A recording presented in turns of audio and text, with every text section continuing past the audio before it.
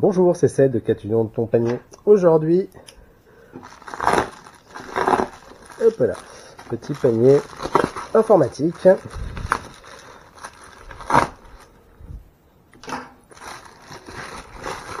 Hop là. Donc une webcam Full HD, donc de la marque Viclou. Donc on la reçoit dans un emballage relativement neutre. Donc on nous dit qu'elle supporte donc la compression H264, qu'elle a une définition de 1920 par 1080 à 30 fps. Donc elle est en USB 2 et qu'elle supporte donc les protocoles tels que ceux de Windows. Donc normalement, elle doit s'installer simplement et il n'y a pas besoin de driver. Vous la branchez sur Windows 10, elle doit fonctionner. Bon, bah c'est parti. Ici, c'est la bleue.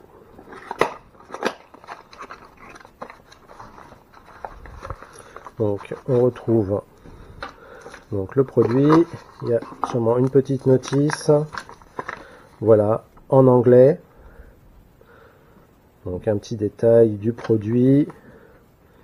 Un tableau pour nous redire donc fréquence 60 Hz, résolution 1920 par 1080 en USB 2, 8 mégapixels, photo 8 mégapixels en format JPEG, capteur de 2 millions donc, de pixels, donc c'est 8 millions extrapolés, hein, donc ça, le capteur lui fait vraiment 2 millions de pixels. Donc voilà la bête. Donc ici on peut remarquer donc les trous pour le micro, le deux petits trous ici. Donc on a un câble USB, on regardera tout à l'heure la longueur. Donc elle se déplie. Alors par contre, ouais, sur la photo on voyait un pied, on peut pas vraiment fixer de pied, il n'y a pas de trou pour mettre la poser sur un support, c'est dommage. Elle est articulée à ce niveau ici et sur le pied ici. Donc on peut la poser comme ceci ou alors l'accrocher sur un écran. Voilà pour la partie déballage. On va passer au test. Donc ce qui est bien, c'est qu'on a vraiment ici de la mousse. Donc sur les parties qui vont faire contact avec l'écran.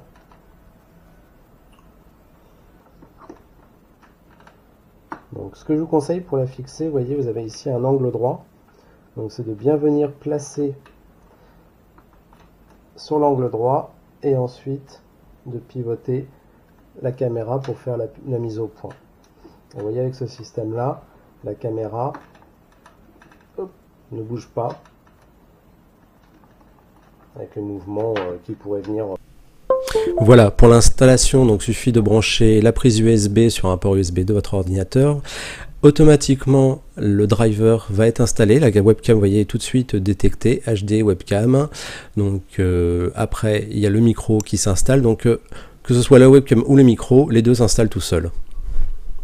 Donc présence d'un voyant rouge pendant qu'elle fonctionne. Donc là, j'ai décidé de passer la vidéo voilà, avec un logiciel de capture.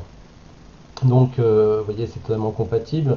Donc si vous voulez l'utiliser sur Skype, sur Zoom, voilà, ce sera tout à fait compatible. Et avec une autre application aussi, du moment qu'elle prend une source dite Twain, qui est la norme la plus courante utilisée par les webcams, les scanners, les appareils photo.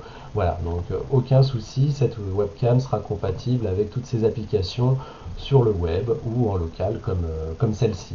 Voilà, donc on va essayer de passer maintenant sur d'autres caractéristiques. Son installation, donc vous avez vu, elle est très simple.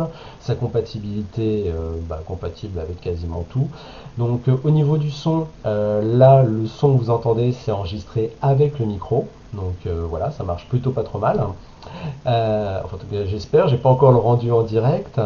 Et maintenant, on va essayer de prendre quelques petites prises de vue avec des petits objets, des choses comme ça. Voilà, donc à tout de suite.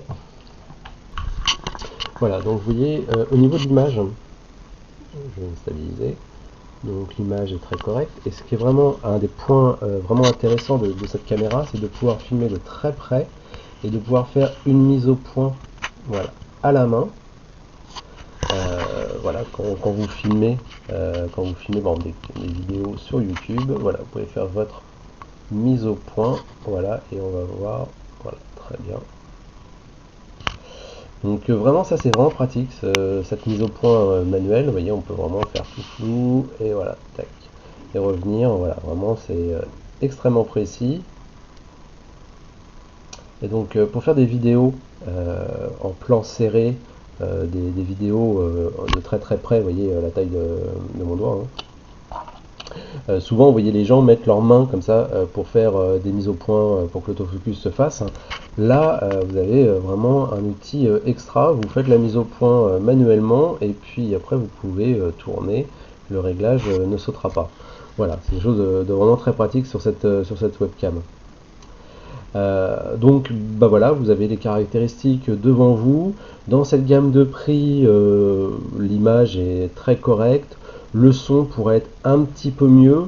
Mais bon, disons que voilà, vous avez des webcams qui vont avoir un son bien mieux, mais qui vont être avec une gamme de prix bien supérieure. Voilà, donc je vous mettrai le lien comme d'hab dans le descriptif, et puis je vous remercie pour avoir regardé cette vidéo.